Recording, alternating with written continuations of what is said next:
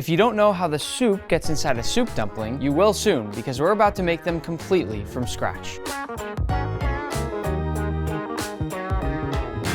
Soup dumplings are made of just 3 simple things. You've got your dough, which you use to wrap the dumplings. Then you've got your filling, which can be any kind of meat or vegetable mix. And then of course you've got the soup, which is where we're gonna start. To build that pork flavor in our soup, we start with some pork skin and a couple pork bones, which we're then gonna cover up with cold water and bring to a boil. And once it comes to a boil, remove the bones and skin and bring them to the sink to give them a good rinse in cold water. You can discard the dirty water. We use that to clean the bones. Then we need to clean off our pork skin. You know that slightly sticky texture that you get in the broth of a soup dumpling? Well, this skin here is filled with tons and tons of gelatin, but you need to first remove any extra little bits of fat that might be on there. Similar to cleaning the bones, this will give you a much more pure soup dumpling soup. The last step is to cut this into strips, and it makes it a lot easier if you roll it up like this, instead of trying to cut the skin flat on the board. Is it just me, or do these look a little bit like white gummy worms? These are now gonna go into a heavy bottom stock pot, along with the pork bones, some Jinhua ham, a few slices of ginger, some green onions, with just the bottom white part, some Shoshing wine, and a couple pods of star anise. Cover this now with 5 cups of water, doing your best to make sure everything is as submerged as possible, and then bring this to a boil, then reduce to the lowest simmer possible and let this cook for 3 hours uncovered. Fast forward 3 hours and we have our beautifully milky soup.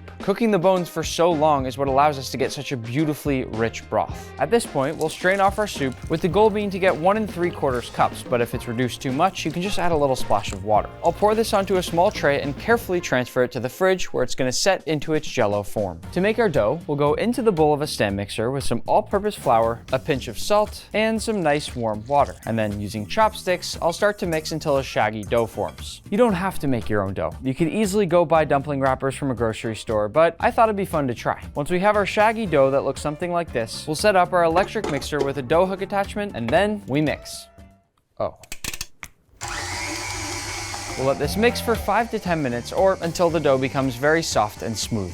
Here we go. Look how soft and smooth it is. We're gonna shape this up now into a nice ball, and then we'll cover this up in plastic wrap and let this rest while we make our filling. I'm gonna sit him right up here. He'll be watching to make sure I do everything right. For our filling, to a bowl we're gonna add some ground pork, as well as some minced ginger, chopped green onions, some minced garlic, a splash of soy sauce, a sprinkle of sugar, some white pepper, Sichuan peppercorn powder, and a pinch of salt. Mix this up by hand until fully combined. It's gonna start smelling really good now. Then add a splash of water and mix again for about 2 more minutes. Once in a while, even picking up the filling and throwing it hard into your bowl to help that water really absorb. It's really fun, but just do your best to make sure you don't miss the bowl.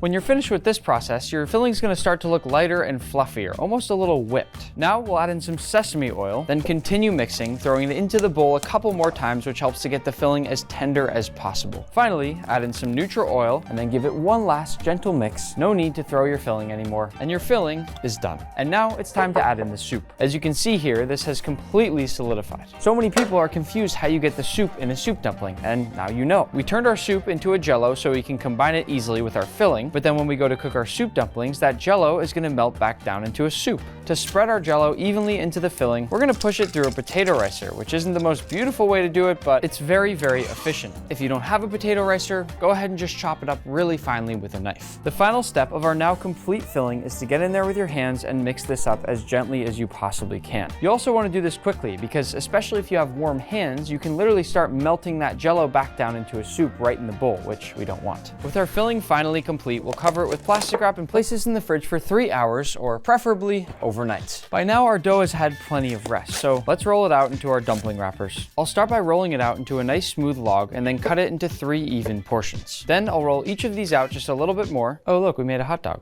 And then I'll grab one piece to work with and cover up the rest so it doesn't dry out. Your goal now is to cut off 14-gram pieces of your dough. And you can use a scale to measure if you want, or you can try to look like a pro soup dumpling chef and try this technique where you eyeball it and use your hands to rip off one portion at a time. But I will admit this is a little tricky if you're doing it for the first time, so you should also feel free to just cut them into portions with your knife, because chances are they'll look a lot better this way, just like mine did. To turn each portion into a dumpling wrapper, the first step is to roll it into a ball. Then press it out into a small circle shape like this. Get it as perfectly circular as you possibly can here. And then using just the tiniest dusting of flour, you want to hold the center with your thumb and pointer finger while you use the rest of your fingers to spin it around as you roll the edges. What you're looking for is a dumpling wrapper with a slightly slightly thicker center and really nice thin edges. Once you've made each wrapper, place that under the towel along with the other unrolled portions so that that doesn't dry out either. I just remembered this story I wanted to tell you about this restaurant I used to work at in California. This is the best photo I could find of me working at that restaurant, but what I remember is that their most famous dish at the time was this lobster soup dumpling, and I had to work on making part of those soup dumplings every single morning when I came into the restaurant. But the chef was very intense when it came to the filling, so I'll tell you the crazy part once we get to actually adding in our filling. After a bit of rolling, here are my dumpling wrappers, and this means we're ready for the final assembly.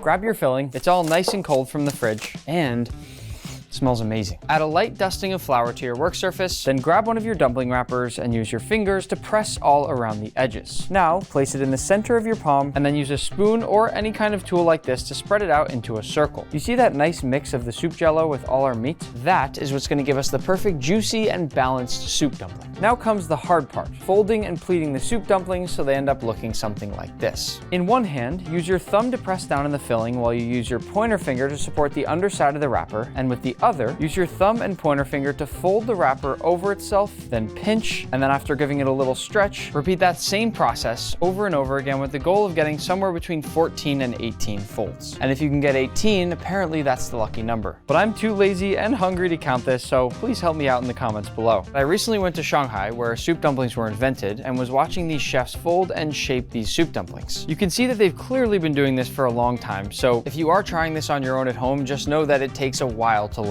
And it's definitely not easy to do right. Oh, I almost forgot to tell you the rest of my story. Basically, when I would come into work in the mornings, I would work on the soup dumpling fillings, and I had to portion and weigh the filling into these perfectly sized balls. And when the chef came in each afternoon for work, he would take that tray and weigh a couple of the balls of filling. And if they weren't all in the tiny range of weights that he was looking for, guess who got in trouble? It was crazy. But it's also probably why he has a 3 Michelin star restaurant. Anyways, I'm hungry, so I say we get to cooking. We'll cook our dumplings using this steamer basket, and if you don't have a steamer basket, just look up online how to make a makeshift one. The only thing we need to prepare this is to add a sheet of perforated parchment paper, and then it's ready to go. Place it carefully over some boiling water, but it's important that we're really careful because one of the worst ways to burn yourself in the kitchen is hot steam. We'll add in our soup dumplings spaced out evenly. I made enough soup dumplings here that I need a multi-level steamer basket to cook them, and then place on your lid and set a timer for 6 minutes if they haven't been frozen, and 8 minutes if they have been frozen. And now I'll go grab a pair of chopsticks because it's almost time. Let's see how they look. They're beautiful. When I went to Shanghai in China and had a soup dumpling, there was so much soup inside that I actually choked on the first soup dumpling I ate there. I've sort of tried to create this recipe in that exact same way because normally I feel like you don't get soup dumplings anymore that are that soupy, and that's kind of the whole point. Watch carefully, there's a very specific and correct way to eat a soup dumpling. We pick it up, then we bite it, then pour out all the juice into the spoon, drink the juice. Packed full of flavor. It's savory, it's juicy, it's a little sweet. It's why I love soup dumplings. But with the rest here, dip it now into some black vinegar that's got thin sliced ginger in there, and then gotta be one of the best things I've ever eaten. If anyone needs me, I'll be burning my tongue on like 10 more of these.